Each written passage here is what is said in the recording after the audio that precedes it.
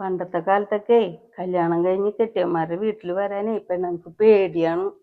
എന്തിനാണ് പേടിക്കണേ? അതങ്ങനെയാണ്. ഈ കാലഘട്ടത്തിലെ മരുമക്കൾക്ക് ഒരു പേടിയില്ല. അതെന്താണമ്മേ, അമ്മടെ മരുമോള് സൂപ്പർ അല്ലേ? സൂപ്പറാണ്. ഒരു പണി എടുക്കൂല. നാവാണെങ്കിൽ ഒരു മുഴമുണ്ട്. തോറ്റി. വല്ല കാര്യം ഉണ്ടായിരുന്നു.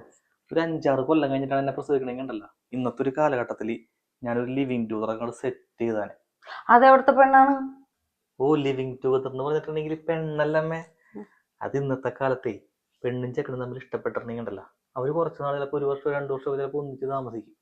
അപ്പൊ ചെക്കന്റെയും പെണ്ണിന്റെയും സ്വഭാവം മനസ്സിലാവൂല. അപ്പൊ അങ്ങനെ അവർ തമ്മിൽ പൊരുത്തപ്പെട്ടാൽ മാത്രം കല്യാണം നടത്തും. അതാണ് ലിവിങ് ടുഗദർ എന്നുണ്ടെങ്കിൽ.